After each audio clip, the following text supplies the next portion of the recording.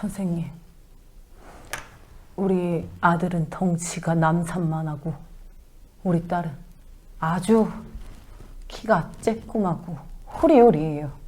근데 이 둘을 똑같이 비타민을 먹여도 되는지, 우리 딸은 쬐꼬마니까 비타민을 반을 잘라서 반만 먹여도 되는지, 친절한 오약사라고 했나요?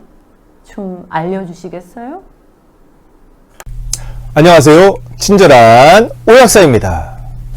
자, 오늘의 주제는 비타민은 반으로 잘라서 먹어도 되는 건지, 그리고 사람마다 몸무게, 키가 모두 다른데 야, 이거 영양제 비타민을 똑같이 먹어도 되는 거야? 오늘은 이 두 가지에 대해서 살펴보겠습니다. 자, 반으로 잘라서 먹는 영양제 분할 복용법 중 가장 대표적으로 좋은 것이 현재 시판되는 용량 비타민C 1000mg입니다.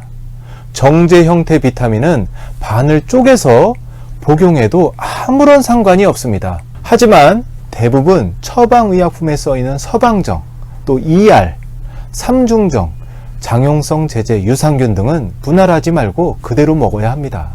약효에 나쁜 영향을 미치기 때문입니다. 비타민 C는 보통 1000mg을 1일 1회 복용하는 것이 일반적입니다. 여기서 중요한 건 비타민 1000mg 이상의 고용량을 복용 시 흡수율이 33%로 크게 감소한다는 것입니다. 그러나 1회 섭취량을 200mg 미만으로 쪼개 먹으면 그 흡수율이 98%로 크게 올라갑니다. 그동안 열심히 비타민 C 1000mg 하루 한 알 섭취했지만 실제 우리 몸에 쓰이는 건 대략 30%인 300mg 밖에 안 되었던 겁니다. 물론 330mg 3번을 분할 복용이 흡수율이 제일 좋겠지만 1일 3회 복용 불편하잖아요. 그 복용 편의성을 고려하기 때문에 하루 3번은 번거롭습니다. 복용 편의성과 효과 두 가지를 고려해야만 합니다. 분할 복용하면 비타민C의 부작용 중 하나인 위장장애, 그 부작용을 줄일 수가 있습니다. 또한 설사 유발도 줄일 수가 있습니다. 제가 약국에서도 자주 접하는 경우인데 여러분들 중에서도 비타민C를 먹으면 부작용 때문에 나 이 회사, 특정 회사의 비타민C를 찾아서 고가의 돈을 쓰거나 나는 이 회사 비타민C가 부작용이 없어서 좋은 것 같아, 다른 회사 거는 먹지 못하겠어, 이런 분들은 오늘부터, 지금부터 비타민C를 복용할 때 분할 복용을 하십시오. 반으로 잘라만 드셔도 모든 비타민C를 아무 트러블 없이 편하게 복용하실 수가 있겠습니다.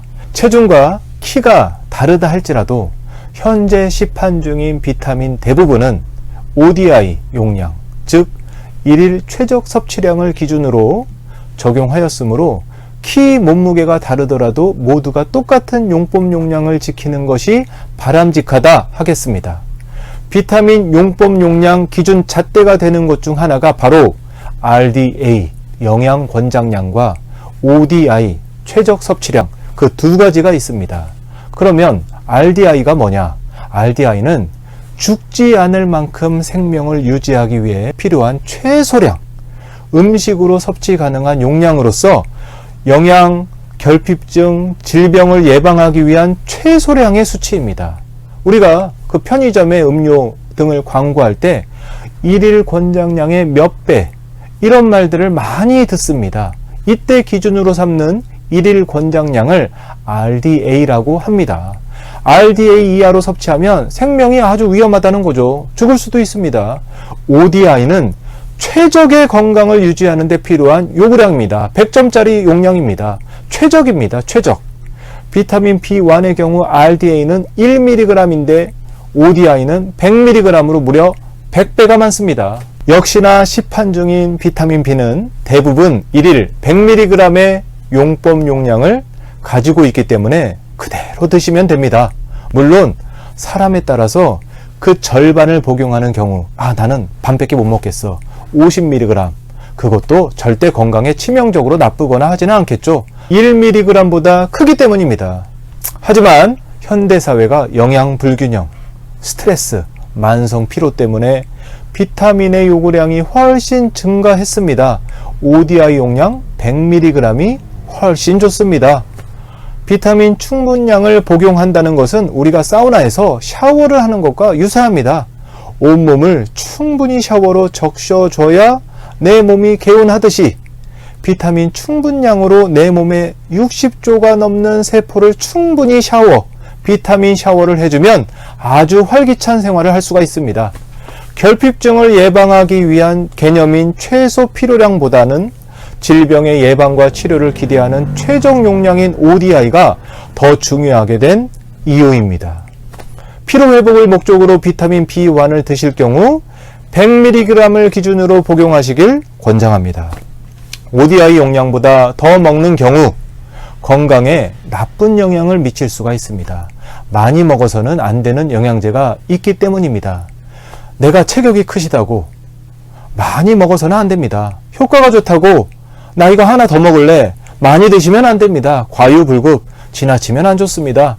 비타민 역시 과다하게 먹어서는 안 됩니다. 지용성 비타민을 과다하게 섭취하면 체내에 축적이 되어 부작용을 일으킬 수 있습니다. 수용성 비타민은 체외로 배출이 되지만 과잉 섭취할 경우 우리 위나 간에 무리가 될 수 있어 주의가 필요합니다.